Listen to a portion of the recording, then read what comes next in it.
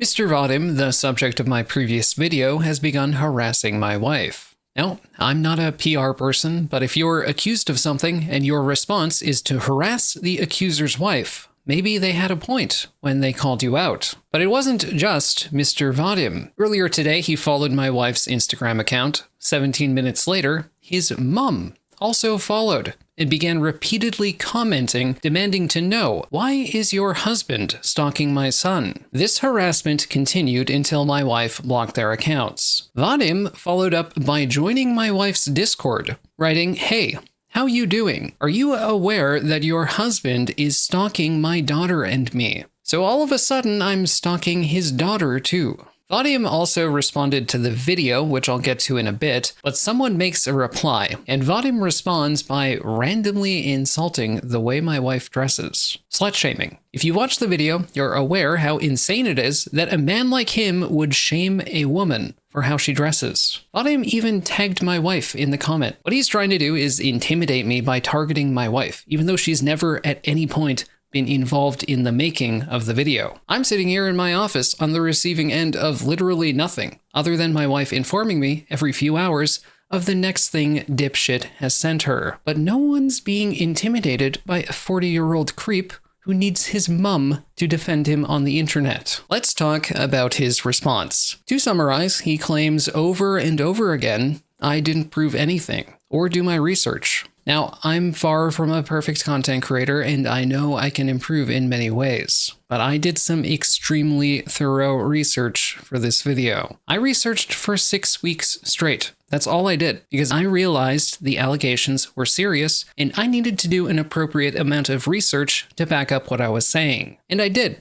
I cited everything I said. The video had 450 citations. Anyone can see them and open them up. So if I failed to prove something, you have no excuse not to be specific. If I'm wrong, show me the source and explain why it wasn't adequate to prove what I said. He's not going to do that. But I will. I'll explain to you right now why everything he's saying is total nonsense. Here's his first claim. Fireborn stated MrBadim and Vadim God were the same person, all because they had the same name. In reality, I spent 13 minutes in the video, from 1 hour and 4 minutes to 1 hour and 17 minutes, discussing all the reasons why I believe they were the same person. I'll even summarize. They have the same name, yes. That's my singular weakest point. Their ages online were listed as the same. They both created Flash games on the same website. They both began creating games around the same time. As a career. Here's where the points actually start getting a bit stronger. Maybe you'd address these if you cared to defend yourself. MrBadim posted an adult luck-based stripping game to a forum on February 12th, 2008. Exactly 1 week later, on February 19th, 2008, Vadim God's Newgrounds account was made, and he posted an adult luck-based stripping game. Later, Vadim had a hentai folder inside of his work folder containing his game dev projects, even though MrBadim did not publish any hentai games. The person who was publishing hentai games was Vadim God. MrBadim's ad data that he posted appeared to be ridiculously inflated, but the ad data made perfect sense if it included the impressions Vadim God received. These are the objective reasons why I suspect they're the same person, but I have subjective reasons too, such as believing they're both equally talentless slimes whose success is built upon taking the credit from the hard work of others. It's entirely possible that they are different people, but I strongly believe they're the same person. I specifically told viewers that they should form their own opinions. Claim number 2. Fireborn claimed in the video I did not credit my colleagues or students, while showing a credit page from the game in the same frame. This is totally mischaracterizing my argument. He credited other people. I showed it in the video like he just said. The problem was that while he would credit people in some places, in other places he would claim sole credit for the work. He said Conflict Craft was a group project with his students, and elsewhere claimed he made Conflict Craft alone. He says that he made 9 Elite Games titles together with his students, and then states he has a portfolio of like 10 games that he made on his own. The Elite Games titles on Steam, included in the games I made with my students sale, such as Super Sports Surgery, show developer MrBadim on the store page. Actually, let me just pull all this up. Okay, this is Royal Heroes, developer MrBadim, Royal Offense, developer MrBadim, Conflict Craft, developer MrBadim, Royal Merchant, same thing, Royal Booty Quest, same thing, Conflict Craft 2, same thing, same thing, same thing. These don't say developer Studio Orange, MrBadim. And if it did, that would have been fine. It literally just says MrBadim, even though he claims these were made with his students. MrBadim mischaracterizes my argument as he never credits anyone else ever, when my argument literally hinged upon the fact that he did credit others in some circumstances, but in other circumstances took sole credit. He's making a blatantly deceptive argument, and he knows it. Claim number 3. The Otaku Maker Greenlight Bundle drama was a $60 deal, $40 after taxes. That's odd. The number MrBadim previously claimed was $80, and I believed it at the time. Now it's $60. No, actually, wait, it's $40. Keep going. Keep cutting that number in half. It really shows your credibility. He's just pulling numbers out of his ass at this point when I originally assumed the $80 figure was actually real. Now, I'm not so sure anymore. But again, this is a mischaracterization of the deal. He was receiving votes on Greenlight. That's the point of Greenlight bundles. They're not about making money. That's why they cost $2 for 9 games. The votes benefited him and got his games greenlit, and that's why he repeatedly participated in the bundles. The payment was a small bonus. MrBadim states that more details were written about it on Steam, but I covered the press release. He's acting like I didn't show his side of the story. In reality, his story was my #1 source. He was just shooting himself in the foot at every opportunity and making a total ass of himself. That's why he looks bad. Claim number 4. MrBadim states that I claimed he lied about how Royal Heroes was developed, and that I did not search for information on it, that he hired more than 15 freelancers and you can find the credits inside the game. This is a totally desperate straw man argument. I never said he didn't credit freelancers. I said that he credited freelancers in a deceptive way, which made them appear as if they were part of the Elite Games team when they were actually just freelancers doing commissions. I spoke with these freelancers and even included their messages stating the work that they did. He claims I didn't search for information about it, and I included all of my sources. MrBadim is just lying, and unlike MrBadim, my sources are all listed. Claim number 5. MrBadim states that I used his pictures, videos, and videos of his kids to support my lies and didn't even link to them. Again, I cited everything. It's all there in the document. Let me pull this up. Okay, here's me linking to his Instagram, his LinkedIn. Here's me linking to VK. Here's me linking to his Facebook. So I used his images without linking to them. The links are right here. What is he talking about? As for the talk about his kids, I censored their images, so you couldn't see their faces. Unlike him, I didn't make it about his family for literally no reason. He's the one who brought his family up when he bragged that his 10-year-old daughter made booba art for his game. But I didn't tag his daughter's social media like he did with my wife. Claim number 6. I have no idea how licensing works. Actually, kind of true. But that's what I said in the video. I said I didn't know the details of the licensing agreement with Paradox. I don't even know if the licensing agreement existed. I said it seemed like he broke a licensing deal because he said that in order to launch to multiple platforms, he needed to replace HeroCraft's assets. Well, he launched to multiple platforms, but the game still had HeroCraft's assets. So I assumed, based upon his own words, that he might have broken a licensing agreement. Evidently, using his own words made it sound as if I was totally clueless. Okay, that's all of the claims. Now, he states that he will respond further using Instagram Reels, which is a very interesting medium to respond to allegations that he took advantage of children, scammed people, plagiarized, and more. Imagine if James Somerton released an explanation through YouTube Shorts. That would be a little bit jarring, wouldn't it? There's a few other things I want to address and clarify. In the comments to Vadim's response, a person I briefly spoke with who worked with Vadim commented. They state, "That guy messages me months ago asking me about the games we made and if I was compensated and credited properly. Both my answers were yes. That is so crazy given the fact that I kept on insisting he should DM you for more information about the games you made. There's nothing wrong with what this person said, it's just a misunderstanding." For context, I reached out to this person because I was investigating the identity of Dev Number 2, a person I now know at the time was a 13-year-old kid who claimed to have worked for Vadim's company, Elite Games. Another important bit of context is that the user I'm responding to claims on their LinkedIn that they were a lead game designer for Elite Games starting in 2013, the year that Vadim started teaching at Studio Orange. Now, a lot of YouTubers would have been like, bam,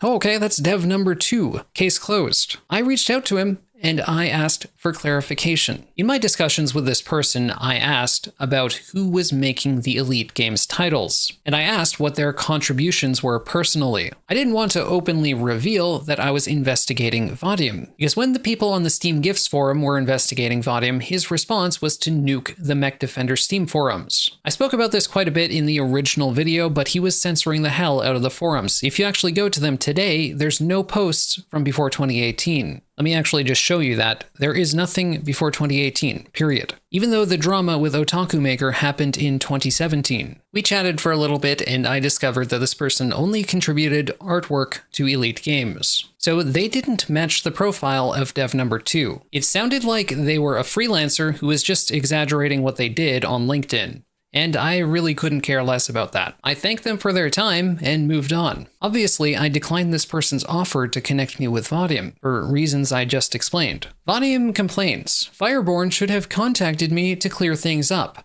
but he knows full well what would have happened if I had contacted him. He would have deleted all the evidence, and I didn't need anything to be clarified. I believe I've sufficiently proved everything that I said. Anyway, to be clear, the point of the conversation wasn't to find out if Vadim was paying freelance artists or not. I already knew that he did, and never tried to portray otherwise. That's what I meant when I spoke about the people he worked with on the Royal Heroes Kickstarter. They were paid for their art. I talked about that in the video. In this context, that's what being commissioned means. In response to this person's comment, Vadim expresses surprise that I didn't include the conversation, but I had no reason to. The conversation was not relevant to anything. He wasn't Dev Number 2, and including a person's comments for no purpose is not helpful. In fact, it's kind of a bad thing to include people in these kinds of videos for no reason. Vadim then states that I failed to find any negative review about him, so I forged one up. Of course, he doesn't specify specifically what it was that I forged. Now, I want to take a second to bring up a couple of points about the video. First, in the video, I feel like I made a bit of a miscommunication. Now, keep in mind the context that this is a YouTube video, so there are some things that I can't include in the actual video. So I didn't really want to dig into the MNF content and what it's like. Everything from the era of stolen artwork to the era of original artwork afterward. I have some serious issues with MNF content for being stolen, lazy garbage, and also incredibly weird, rapey, and gross. I also take similar issue with the content on the premium MNF site, but my issue is not with adult content in general. My issue is with this specific adult content. That's part of the reason why I took such issue with art being stolen in the first place. It's because there were people doing legitimate work, creating visual novels, and he was just lazily stealing them. And by he, I mean Vadim God. As for the original artwork, it's the kind of content where women are all portrayed with insanely inflated proportions. They're termed things like boob bitches, and the quality of the art is unbelievably bad. And that's the stuff that wasn't stolen. When I referred to it, I used the term degenerate, in the same way that I call atomic fabric degenerate. But some people thought I was being judgmental about adult content in general. And I totally get why people had that impression, but that wasn't really what I was trying to say. I also wanted to clarify something about the artwork that his daughter made. The problem isn't that the character has large breasts, a thin waist, large thighs, visible cleavage, etc. There's nothing wrong with any of that. People have different body types, and that's okay. No one should be ashamed or feel that their body type is inherently sexual. The issue is that Vadim literally joins commenters talking about the character's assets, and that this is the only female body type he ever portrays. He's portraying women this way because he feels it's sexually provocative and will help sell the game. It's the reason why he calls Royal Booty Quest Slay the Spire with cleavage. He's trying to sell sex. That's it. I kind of feel like this should go without saying, but a father should not be teaching their 10-year-old daughter how to portray females in a way that's gratifying to men who might be 2 or 3 times her age. I feel like people who don't understand the problem here just really aren't thinking about it that hard. And it's kind of shameful that I need to explain this. So it actually doesn't end there, because Vadim actually sent a privacy complaint to YouTube, alleging that from the very first second of the video to the very last second of the video, his privacy was being violated. Now, privacy complaints are ordinarily about things that are private. However, all the information in the video was public information. You know, on YouTube, they talk about privacy complaints for your government identification numbers, for your bank account number, for contact information such as your address. I included his name and his images. That's it. But it's all publicly available. I literally show where I got all of it. So he's trying to take my video down for doxing him. He literally says on Reddit, there is a report about doxing. In fact, if he claims that the final part of the video was doxing him, then he's implicitly admitting that he's Vadim God. On top of reporting my video for doxing, he also made a Reddit post to the Indie Games subreddit. This post was deleted by moderators for obvious reasons. However, it was recovered, and let me read it to you. I find myself in a peculiar situation where a YouTuber has chosen to target me in a very weird manner. He created a 90-minute video featuring 2 developers who share the same name, and unfortunately he included my personal information in that video. He utilizes images of myself, my family, and even my children, neglecting to mention that I censored their faces in every circumstance. His particular fixation on my daughter is concerning, especially given the fact that he conducted research, stalked, for over 6 months. It's unsettling to imagine someone scouring through all the videos I've created, all the interviews available online, as well as family photos and videos from our social media accounts over the past 12 years. No, just your social media accounts, dummy. Just to manipulate images of me and my daughter for his own narrative. He's trying to make it out like the entire video was about his daughter when it was like 1 paragraph of the script. Furthermore, for at least 6 months, he has been reaching out to my colleagues in an attempt to solicit negative comments about me. He provides no evidence of this. However, his efforts were fruitless, as no one had anything negative to say. Curiously, he never approached me directly regarding his actions, despite having liked my posts on Instagram. What? Instead, he seems to be evading direct communication while actively engaging his followers on Twitch.